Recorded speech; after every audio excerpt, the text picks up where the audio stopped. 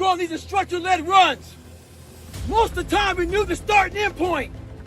So on the way back, I started seeing people getting happy because the end was near. But there were some instructors that would hear the happiness and go right on past the end point. When that happened, everybody stopped talking. Heads would start dropping. And I started taking souls. At that time, I knew what happened in their minds. They were living off the hope factor. They hoped the instructors would stop running. They hoped the water was never cold. They hoped the weather was good. I don't live off that hope. I wish the water was cold. I wish the instructors keep on running. I wish for rain. When the ending is unknown and the distance is unknown, that's when you know who you are. Stay hard. I just had an intense conversation about managing your expectations, how people need to manage their expectations, and about tripling down on your strengths and don't worry about your weaknesses. If anybody out there knows who I am, I totally disagree with all of that crap. I think it's crap, and that's exactly how the people in the world become weaker people. It's by capping your brain. It's by putting this kind of garbage in it about not attacking what you're not good at. It's about putting a cap on managing your expectations. If I lived that way, if I had any kind of thought process like managing expectations, I would be a 400-pound man by now, working some job that made no money, and I would never know my capabilities. I would never have become a Navy SEAL. I never went to Ranger School. All these things I did. I get a lot of questions about how I stay in shape with all my travel. Here's one of my secrets. I have 10 minutes between sessions right now. So I got to my hotel room, got my room, and I'm gonna knock out some core exercises. Boy, we love to compromise our life. We love to say we don't have time. The body is truly amazing. It can handle almost anything you throw at it. It's the mind that is lacking. The mind, as I always say, is trying to find that easy way out.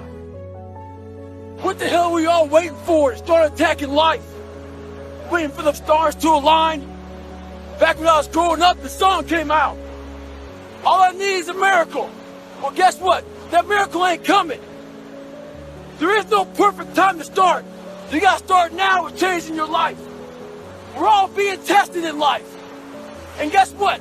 This is one test you can't cheat on. We all have our own test. Some of us are obese. Some of us are depressed. Some of us are insecure. In the military, we had this big old rucksack on the back. Had batteries, water, extra gear. Your extra gear is the you're dealing with in life.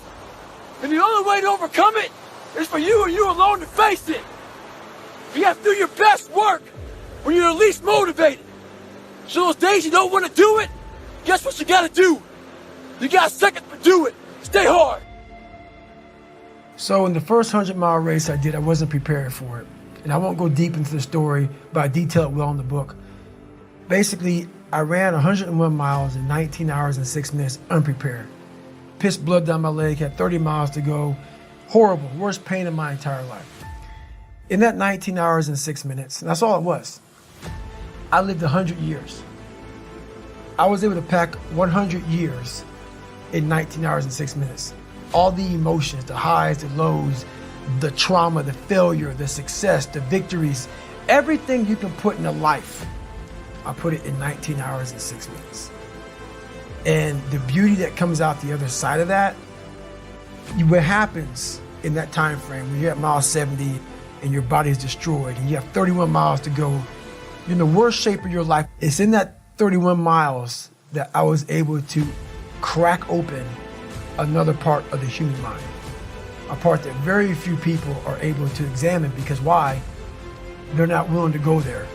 Like back to the Rock, I guarantee you, when he was climbing that thing and he had ropes on, he was thinking, I can only imagine this is gonna be with no ropes at all. Making some of these moves that I'm falling with ropes. You have to go to a different focus. The focus has to be so heightened that very few people, they even understand that, but they have it in them. They have it in them to go there. But you have to go to a place of fear, of suffering, of pain, of doubt. And that's when your mind, if it knows it's not going to quit, it opens up. And once it opens up, that's my 40% rule. Once you can open your mind up when it knows it's not going to quit, it finds more.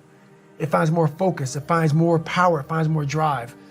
And that's what gets you through the 31 miles. That's what gets him so hyper-focused on that one little nodule to put his finger on. And that's what you find in those moments. But without those moments, you don't know what you're capable of because you're living a very structured life without risk. I want my mind to know who's in charge. So for the better part of 26 years, my mind was in charge of me, which is why I made all these horrible decisions. Once you take control of your mind, you start making decisions for yourself versus your mind making decisions for you. We all have these two voices. For me, my routine is every night I stretch out. And I stretch out for 2 or 3 hours every single night without fail. And while I'm stretching out, I'm thinking about my plan for the next day. And I'm thinking about all these different obstacles that may come up.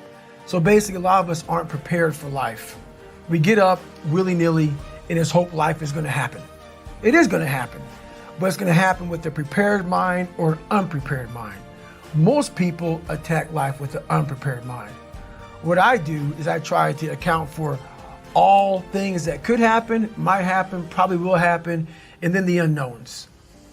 So basically, I can't account for everything, but I do know there could be some things that come up in life that you need to be ready for. I know for a fact I'm not going to want to work out tomorrow.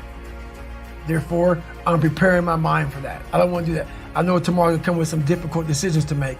It may come with getting a phone call saying someone died, this happened, that happened. I'm always preparing myself, not in a morbid way, but just like, look, man, be ready for life. Don't let life just start attacking you left and right. Make sure that you start to build a mental armor so then you're ready for life. And that comes with a very physical way, and the physical helps out the mental. Where do I see myself? And then I start making these plans and how I'm going to get there. And I don't deviate from that plan. So that's kind of how I do them now. I mean, it's a lot more to it than that. There's a lot of quiet time. I shut out a lot of noise. I only have people in my life that need to be there. If you don't need to be in my life, I'm not about acquiring more friends. I'm not about noise. I'm about, okay, are you trying to go somewhere? You can jump on board. If not, I don't want to hear all your problems. Do you have a solution for your problem? That's what I'm all about right now. So I'm not about whining, complaining. I'm about, okay, we need to go this way. So that's the biggest thing.